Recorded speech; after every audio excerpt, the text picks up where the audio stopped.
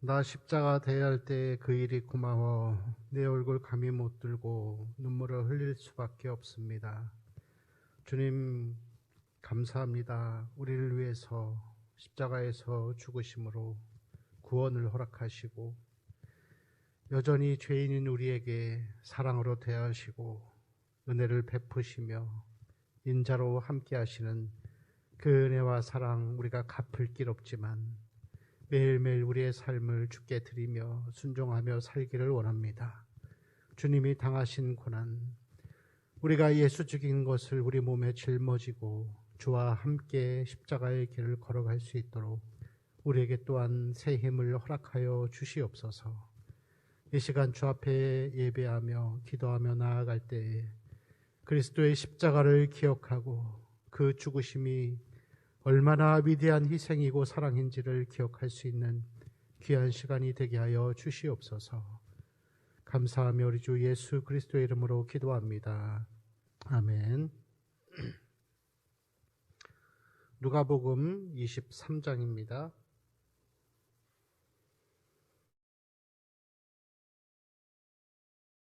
(23장) 44절에서 56절까지 우리 한 절씩 교독하겠습니다. 누가복음 23장 44절에서 56절까지의 말씀입니다.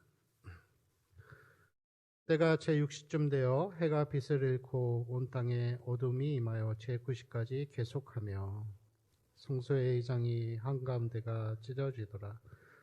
예수께서 큰 소리로 불러 이르시되 아버지 내 영혼을 아버지 손에 부탁하나이다 하고 이 말씀을 하신 후 숨지시니라. 백부장이 그 된 일을 보고 하나님께 영광을 돌려 이르되 이 사람은 정녕 의인이었도다 하고 이를 구경하러 모인 무리도 그 된 일을 보고 다 가슴을 치며 돌아가고 예수를 아는 자들과 갈릴리로부터 따라온 여자들도 다 멀리 서서 이 일을 보니라. 공예의원으로 선하고 이로운 요셉이라는 사람이 있으니 그들의 결의와 행사에 찬성하지 아니한 자라. 그는 유대인의 동네 아리마대 사람이요 하나님의 나라를 기다리는 자라. 그가 빌라도에게 가서 예수의 시체를 달라 하여 세마포로 싸고 아직 사람을 장사한 일이 없는 바위 판무덤에 넣어두니 이날은 준비일이요 안식일이 거의 되었더라. 갈릴리에서 예수와 함께 온 여자들이 뒤를 따라 그 무덤과 그의 시체를 어떻게 두었는지를 보고 함께 읽을까요? 돌아가 향품과 향유를 준비하더라. 아멘. 예, 계명을 따라 안식일에 쉬더라 말씀이 더 있네요. 예. 오늘 말씀은 이제 예수께서 죽으시는 그런 장면들을 보고 있습니다. 자, 44절 말씀에 보니까 때가 제6시쯤 되어 해가 빛을 잃었다 그렇게 기록하고 있습니다. 예수의 생명이 점점 꺼져가는 그 상황 가운데 나타난 하나의 현상이죠. 그래서 예수 그리스도는 이 세상의 어둠을 밝히기 위해서 오신 빛이라고 요한복음에서 설명하고 있습니다. 예수께서 이 땅에 빛으로 오셨기 때문에 우리도 어둠 가운데 살다가 예수님의 그 빛을 통하여서 생명과 사랑 안에 살게 되었습니다. 여러분, 세상에 있는 사람들은 다 어둠 가운데 살고 있습니다. 이 영적인 어둠은 이 세상 가운데에서 그냥 물질을 구하고 그리고 이 땅에서의 성공과 사람들의 부러움을 받으며 사는 것이 인생의 목적인 것처럼 사는 것이 바로 어둠 가운데 살아가는 것이죠. 그 가운데 예수를 발견하고 영생이 있다라는 것을 알고 하나님의 존재를 아는 것이 바로 생명을 받고 빛을 받은 것이라고 할 수 있습니다. 예수님을 통하여서 우리가 그 빛의 의미를 알고 빛 가운데 살게 하셨음을 늘 감사하며 살아야 할 줄로 믿습니다. 더불어 믿지 않는 우리 지인들 또 가족들을 위해서도 저들 가운데에서도 성령의 빛이 비춰져서 하나님의 은혜 안에 살아갈 수 있기 위해서 항상 그 영혼을 위해 기도하는 우리 성도들의 삶이 되어야 할 줄로 믿습니다. 45절 말씀해 보니까 예수께서 돌아가실 때, 죽으실 때 성소의 휘장이 한가운데가 찢어졌다 그렇게 기록하고 있습니다. 이 성소의 휘장은 이 구약 시대의 성소와 지성소를 구분짓는 이 천이라고 할 수 있겠죠. 그런데 이 지성소, 성소를 지나 지성소 안에는 1년에 단 한 번 대제사장만이 들어가서 하나님께 제사할 수 있는 그러한 하나님의 임재가 있는 곳이었죠. 그런데 이 임재, 하나님의 임재 가운데 있는 그 지성소에 들어가는 대제사장은 항상 들어갈 때마다 방울이 달린 옷과 그리고 발목에는 이 밧줄을 메고 들어갔습니다. 왜냐하면 그곳에서 제사를 지내다가 조금 잘못해서 하나님이 진노하심으로 쳐버리면은 바로 죽어버리는 그러한 어떤 그런 어려움들이 있었던 것이죠. 그러면 밖에서 사람들이 지나다니면서 대제사장이 움직이면서 이 옷에 달려있는 방울 소리가 나지 않으면 죽었구나 하면서 밧줄을 당겨서 그 대제사장을 끌어냈던 그런 곳이 바로 지성소였습니다. 아무나 하나님 앞에 나아갈 수 없습니다.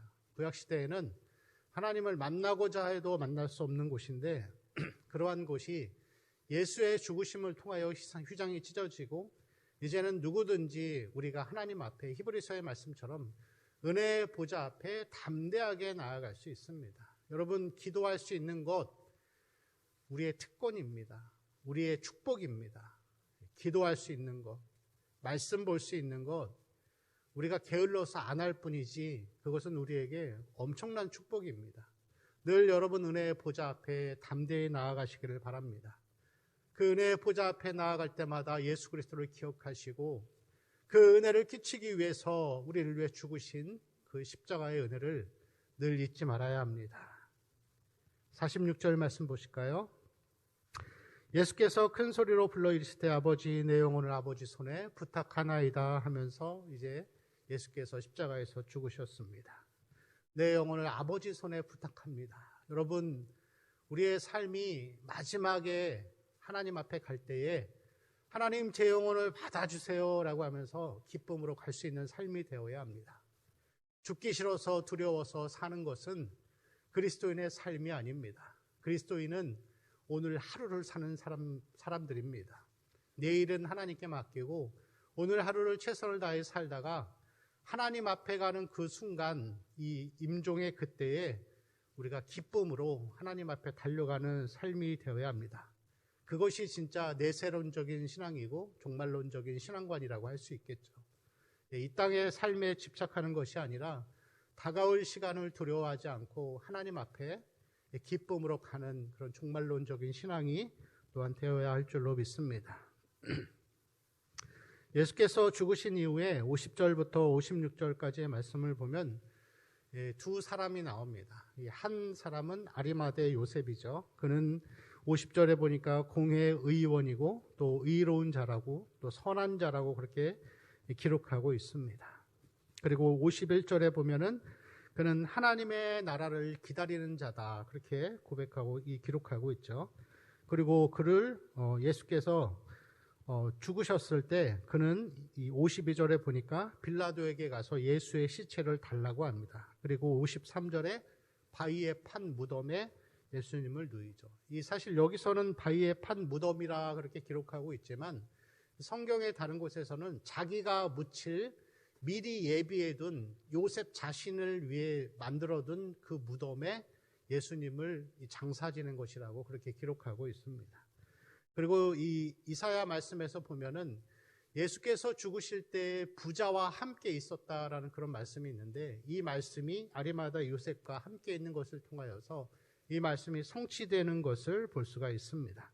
그래서 이 아리마다 요셉은 예수님을 자기가 묻혀야 될 그 예비해둔 무덤에 친히 예수님께 그 무덤을 드리고 그 무덤에서 예수님을 장사하게 되는 것이죠.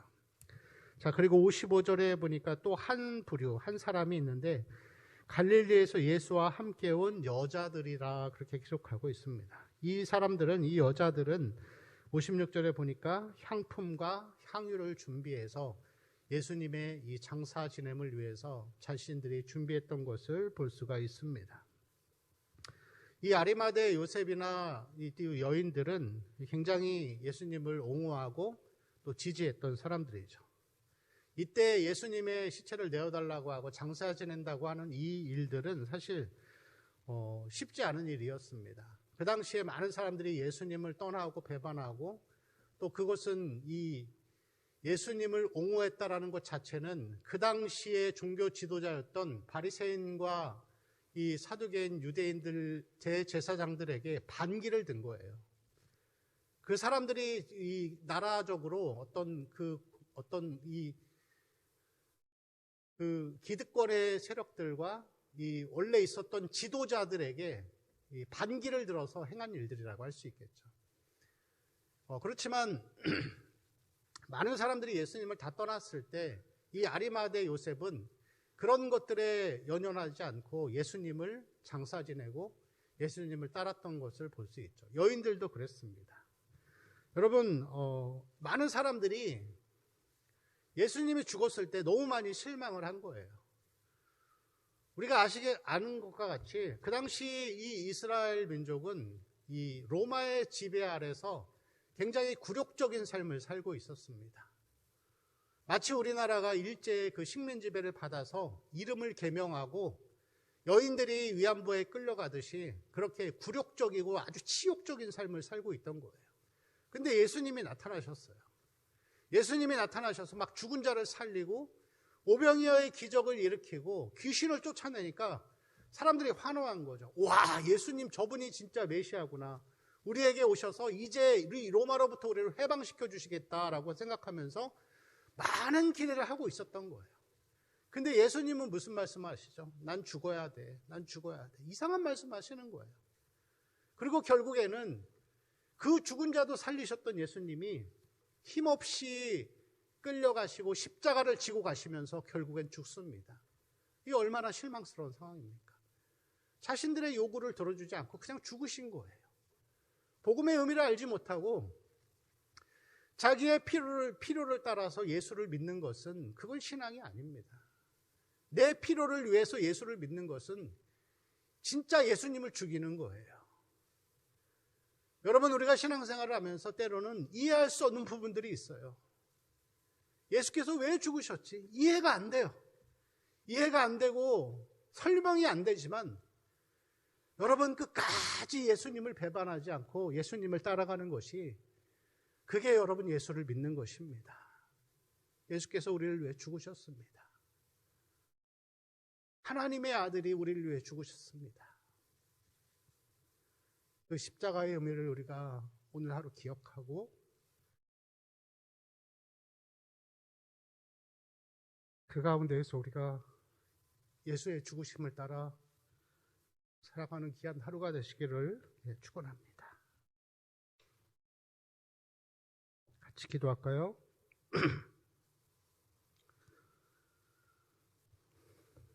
같이 기도하실 때 하나님 주신 말씀을 기억하면서 같이 기도하시고 또 오늘 교회의 세 번째 기도의 제목 섬기는 이들을 위해서 같이 기도하시고 또 우리 교회를 위해서 동원교회를 위해서 같이 기도하시고 또 우리 환우들과 우리 개인의 기도의 제목들을 놓고서 우리 주여 한번 부르고 기도하겠습니다. 주여 살아계신 아버지 하나님, 우리를 위해 십자가에서 죽으신 그 사랑과 그 은혜들을 우리가 다시금 기억하고 그 십자가 안에서 살아갈 수 있도록 우리를 붙들어 주시옵소서. 우리가 예수 죽인 것을 우리 몸에 짊어지고 살아가는 것은 예수의 생명도 우리 가운데 나타날 수 있기를 위하여만 기억하게 하여 주옵소서. 하나님의 아들이 우리를 위해 죽으셨습니다.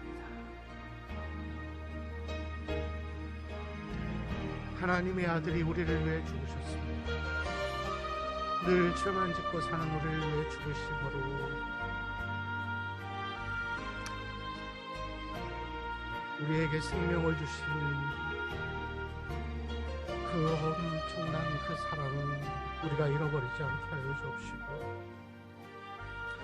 그 사랑을 기억하면서 그 사랑 안에서 예수를 사랑하고 하나님을 사랑하고 하나님 이웃을 위해 기도하며 나아갈 수 있는 우리 귀한 성도들의 삶이 되게 하여 주시옵소서. 주님, 우리가 이 땅에서 무엇을 추구하고 무엇을 구하고 살아가는지를 기억하게 하여 주옵소서. 내 필요를 위해 예수를 믿는 자들 되지 않게 하시고 때로는 이해할 수 없는 상황 가운데에서 예수를 끝까지 믿고 따르고 신뢰하며 살아갈 수 있는 그런 삶이 되게 하여 주옵소서. 십자가에 죽으신 예수를 기억하게 하소서. 십자가에 죽으신 그 예수를 늘 우리 가슴에 새기고 그 십자가 사랑 안에서 그 사랑을 실천하며 믿음의 길을 걸어갈 수 있도록 우리 성도들을 붙들어 주시옵소서. 질병으로 고통당하는 성도들을 기억하시고 여러 가지의 어려움으로 마음이 아픈 우리 성도들을 불쌍히 여기시고 하나님의 그 사랑 안에서 회복될 수 있도록 은혜를 베풀어 주시옵소서. 예수께서 죽으신 오늘을 기억하게 하소서. 멸시와 고통과 아픔 가운데 살이 찢기고